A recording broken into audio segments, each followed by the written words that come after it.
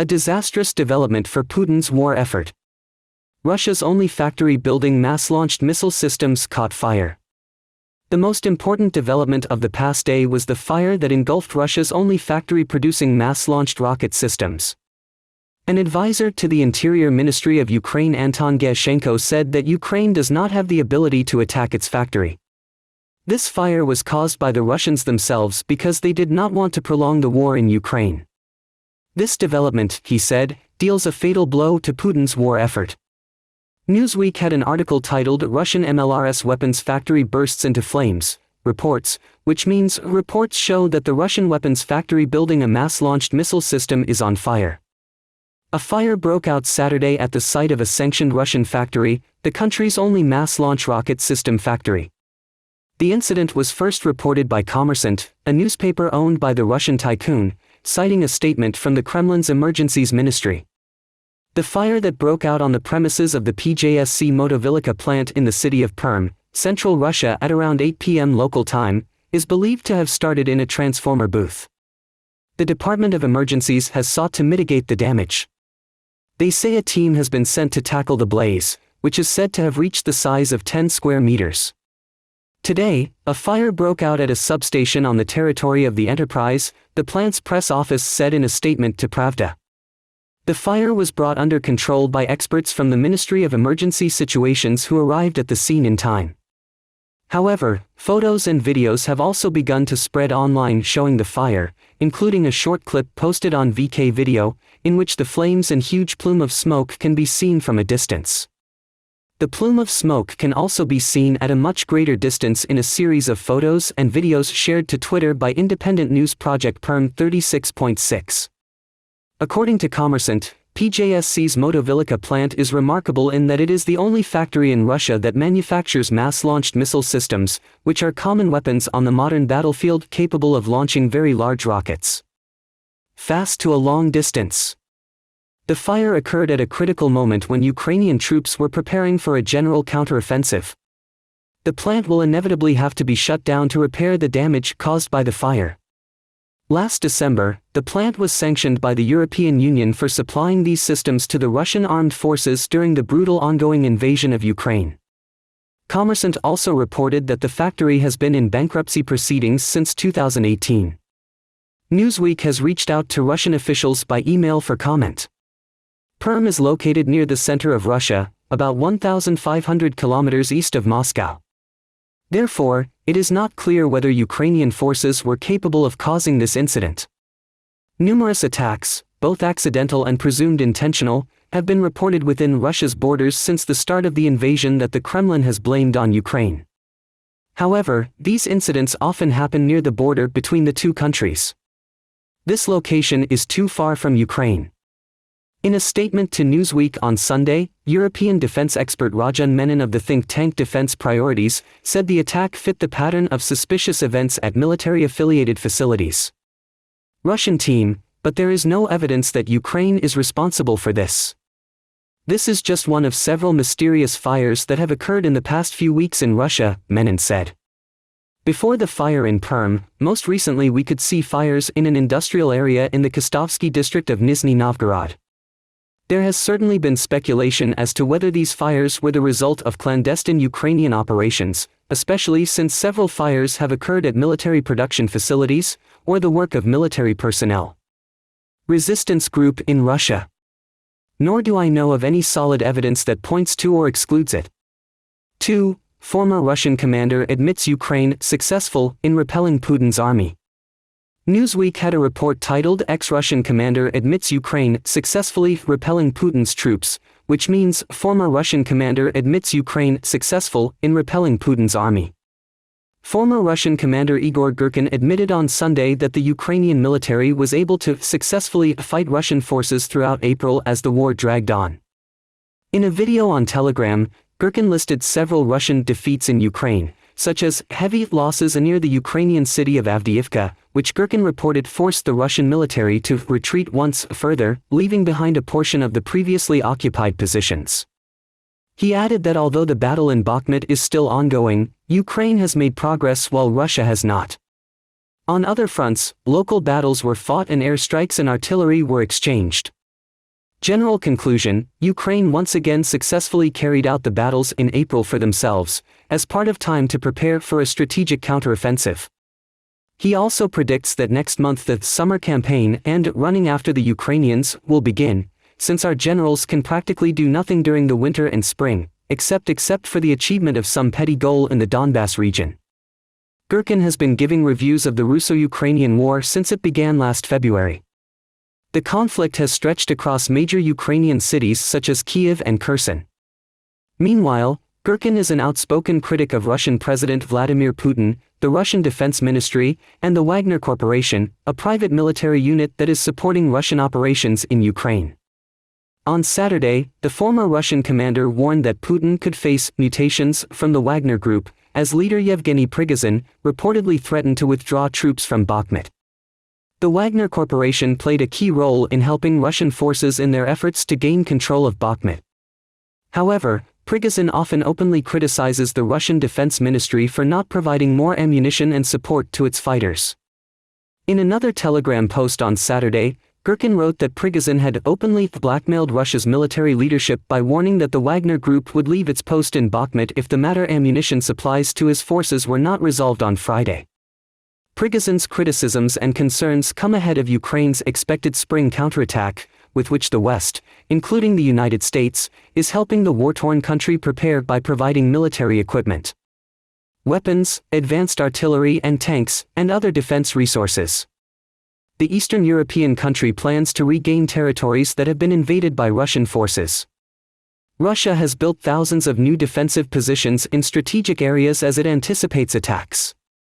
Ukraine's defense minister Alexei Reznikov said on Friday that preparations for the counteroffensive were in the final stages, adding that the Ukrainian army was being trained to use weapons and military equipment sent by Western allies. Preparations are coming to an end, because in addition to weapons and military equipment, our servicemen must be trained in how to use them. We have received state-of-the-art systems, the defense minister told reporters. Newsweek has emailed the Russian Defense Ministry for comment. 3. The Russian governor accused Ukraine of cross-border shelling, killing 4 Russians. Russia's Bryansk region governor Alexander Bogomaz said the death toll had risen to 4 after the Ukrainian shelling of a village in the Bryansk region, Russia. According to initial information, 1 residential house completely collapsed, 2 other houses were partially damaged. Emergency response teams continue to work at the site, Bogomaz said on his Telegram channel early Sunday. The governor said the Ukrainian military attack hit residential buildings in the village of Syzemka. The Bryansk region shares borders with Ukraine to the south and Belarus to the west. Bogomaz posted a video on Telegram showing people exiting a damaged building at night. CNN has not verified the video at this time. The news comes as Ukraine warns that its preparations are almost complete for a counterattack in the spring, which many experts believe could mark a pivotal moment in the conflict. 4. Russian close-quarters battles and heavy artillery in Bakhmut. During a press conference at the Kyiv Press Center on Monday morning, Ukraine's Deputy Defense Minister Hanna Maliar said fighting in the city of Bakhmut was very intense. The Russian army is trying to capture the city by May 9th. They are currently failing. They are using artillery, mortars and tanks to destroy the city. Usually, the ongoing battles are close-quarters battles in which the Ukrainian defenders destroy the enemy with small arms and grenades, not with artillery. She said Russian forces continuously shelled Ukrainian positions. There is no stopping, the enemy is firing non-stop. First, the enemy artillery works, then they try to break through our defenses. When they failed, they started firing artillery again. The Russian warriors seemed forced to end the battle quickly. The enemy is in a hurry, the enemy is trying to put pressure, trying to attack the area of high-rise buildings in Bakhmut, she said. A Russian airborne officer captured at the front testified that Putin ordered the Russians to capture the city of Bakhmut by May 9th. Earlier, another airborne officer who was also arrested at the front claimed that the Russians were ordered to capture the city of Bakhmut by April 30th. It's probably easier to assassinate Putin than to fulfill his goals, he lamented. According to Deputy Minister Hanna Maliar, Moscow's army is running out of supplies and losing faith in their mission, so they have become more destructive, destroying homes and buildings. The Russian warriors did not have enough troops to attack along the entire width of the front line in Bakhmut, so the battles were concentrated in certain areas.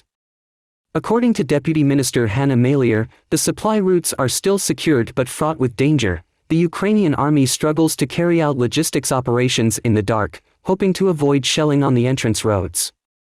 And out of town. The greatest danger came from the vital supply route between the towns of Chasiv Yar and Kromov, which she had previously described as constant Russian shelling. Only armored vehicles can reach Bakhmut. So the situation is quite complicated. However, the situation of the Russian army was not much better. The Ukrainian Air Force and artillery continuously attacked the supply routes of Putin's troops. 5. Ukrainian President Volodymyr Zelensky recalled the early days of Russian aggression. In an interview given to media outlets in the Nordic region, Ukrainian President Volodymyr Zelensky recalled the early days of Russian aggression. He said he was carrying a pistol and would fight to the death with those close to him if the Russians stormed the presidential palace in Kyiv at the start of the war. In the first days after the February 24, 2022 invasion, Ukrainian officials said Russian intelligence units attempted to break into Kyiv, but were defeated and failed to gain access to central Bankova Street, where the presidential palace is located. I know how to shoot. Can you imagine a headline like Ukrainian president arrested by the Russians? This is a disgrace. I believe this will be a disgrace, he told Nordic TV. Other Russian units launched an attack on the outskirts of Kyiv, but failed to advance. Officials also reported several unsuccessful vandalism attempts inside the city.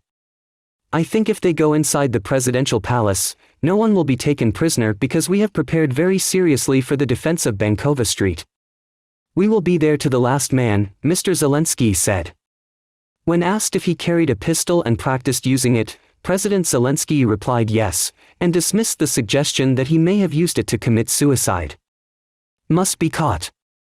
No. It's not to shoot myself. I will definitely use it to return fire, he said. 6. Head of Wagner, Ukraine's counteroffensive could turn into Russia's tragedy. The head of Russia's Wagner mercenary group, Yevgeny Prigozhin, has said a Ukrainian counterattack could turn out to be a tragedy for Russia and complained that his fighters lacked ammunition.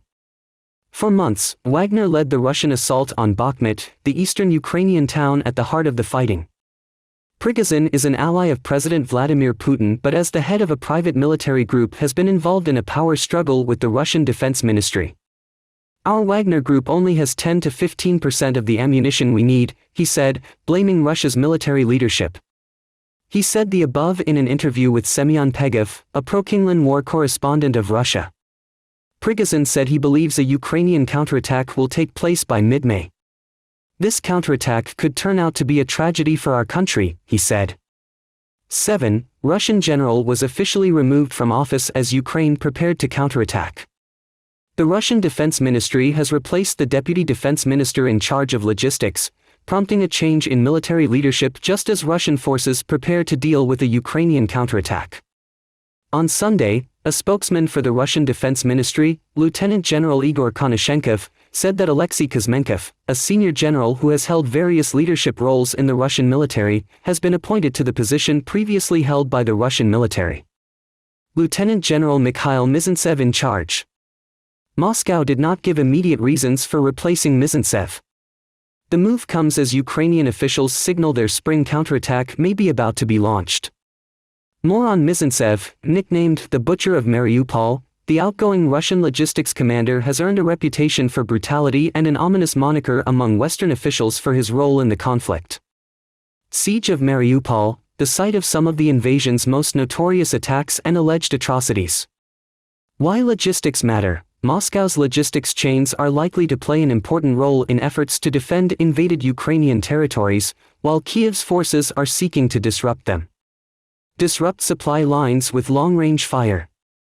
The Russian military has struggled to keep frontline forces supplied with both weapons and other equipment, and recent reports have indicated that officials are taking old tanks out of the country. Warehouse. Despite that, analysts say that Russia has so far been able to maintain the amount of ammunition pouring into the front to prove by consuming a lot of shells and missiles. More about Kuzmenkov. He graduated from Volsk Higher Military Logistics School in 1992. Over the years, Kuzmenkov served in the Russian Armed Forces as the head of the Logistics Command, the logistics commander in the Southern Military District, and in the post of deputy commander of the Russian National Guard. 8. Zelensky and Macron of France discuss military aid, NATO membership, and developments on the battlefield. Ukraine's President Volodymyr Zelensky and the French president had a phone call on Sunday, discussing what Emmanuel Macron's speech called France's commitment to provide all necessary assistance to Ukraine in order to restore sovereignty and territorial integrity of this country. The Ukrainian presidential office said Zelensky had shared details of the situation on the front lines of the conflict and how it could develop in May and June, when predictions of Kyiv's counteroffensive were formulated. Zelensky also made the aid the highest priority his army needed to defeat Moscow's forces. World leaders discussed the upcoming NATO summit in the Lithuanian capital Vilnius, where Zelensky said he expected members to guarantee his country's security and that he also hopes to begin the formal process of inviting Ukraine to join the alliance. The NATO summit in Lithuania will take place in mid-July. Zelensky said he thanked France for its comprehensive and effective support to Ukraine in the face of the ongoing full-scale Russian aggression. 9. President Zelensky has said that it is important that Ukraine's allies and its people remain as united as possible in the fight against Russia.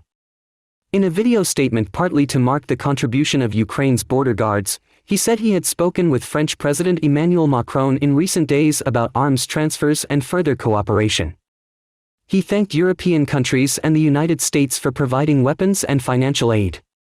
It is very important that Russia receives ever stronger signals that the world will not tolerate any acts of terrorism by Russia, Zelensky said. And more parties around the world support international law and support sanctions against Russia for terrorism. He said that one day, border guards, who first defended the country against Russian forces, will return to defend Ukraine's old borders once again. The day will certainly come when Ukrainian border controls for passengers at our Donetsk and Simferopol international airports will once again become quite commonplace. He added, by being as united as possible, upholding the greatest principled stance to protect our shared values and execute defense agreements as quickly as possible, all together in Ukraine, in Europe, around the world, we will be able to prevent Russia from prolonging the war and restore a normal, just peace. 10. At least one person was killed and 2 wounded by Russian shelling in southern Ukraine. During a press conference at the Kyiv Press Center on Monday morning, May 1, a spokesman for the Ukrainian National Police said that Russia had attacked 9 of the 25 regions of Ukraine in the past 24 hours. Areas facing shelling were Sumy, Chernihiv, Kharkiv, Kherson, Mykolaiv, Zaporizhia, Dnipropetrovsk, Luhansk, and Donetsk. 1 civilian was killed and another wounded in Kherson, where 27 shelling occurred on 14 settlements.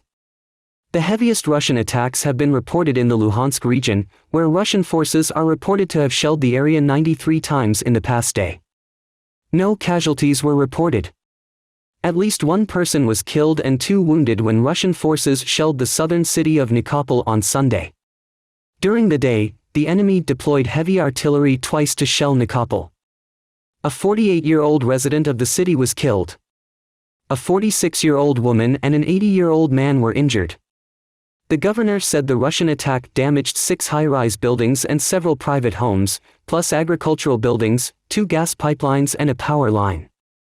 11. Russia is reported to be punishing soldiers in medieval pits.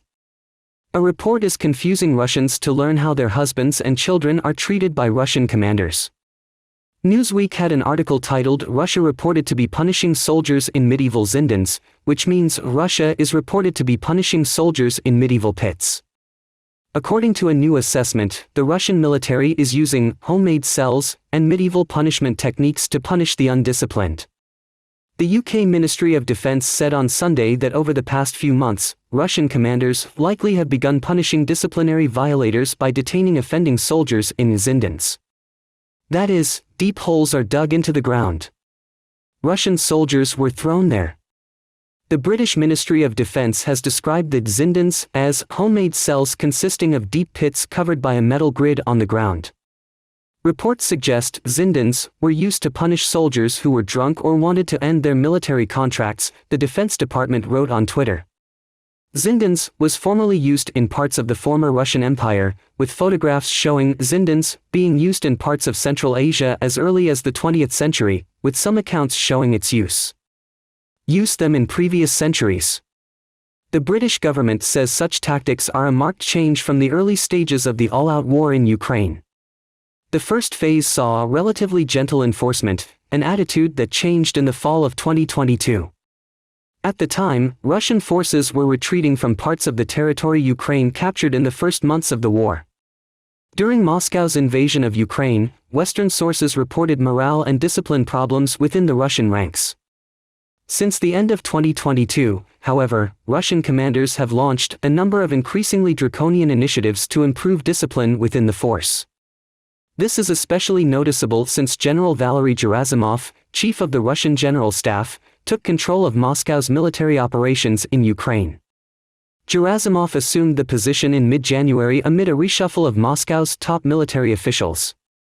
The Washington-based Institute for the Study of War, or ISW, wrote on January 11 that his appointment could be aimed at improving Russia's command and control capabilities at the start of the new year. However, Gerasimov is likely to take over a disorganized command structure plagued by the constant, persistent, and self-repetitive failures that he began referring to in his original role before invasion of Ukraine. Reports have gone viral online this month of Russian soldiers apparently facing prison sentences in such zindans. A report, published by the ASTRA Telegram account, which describes itself as an independent Russian media outlet, allegedly showed soldiers from Russia's southwestern Saratov region being brought into a zindan for drinking. The fighters are reported to be from the reconnaissance force of the 99th Regiment. "Today there was a misunderstanding, and we were put in a hole," one soldier said in the video.